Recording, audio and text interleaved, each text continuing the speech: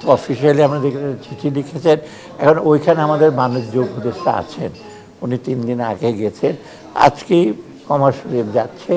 8 তারিখে মিটিং, মানে আমাদের ওদের 8 তারিখ মানে কালকে খুব ভোরবেলা। ওই মিটিংয়ের পর আমরা বুঝতে পারবো, কারণ এই যেটা দিয়েছে সেটা ঠিক অফিসিয়াল তো না। এটা ইউএসটিআরের সাথে যখন আলাপ করবে উনি ম্যান্ডেটে এর আগে 3 দিন আগে কথা বলেছে, কালকের পর আমরা বুঝতে পারছি।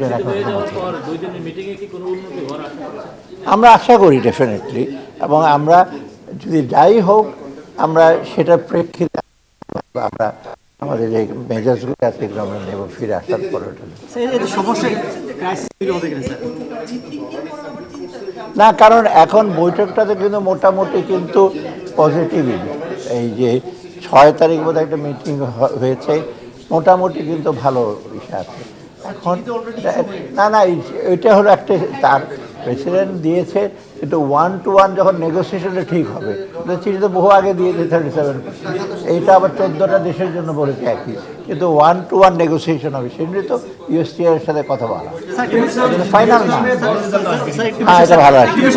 আপনারা 3 মাস চেষ্টা করলেন, ভিয়েতনাম চেষ্টা করে তারা 26% কমিয়েছে, বাংলাদেশ কেন মাত্র 2% কমানোর সুযোগ?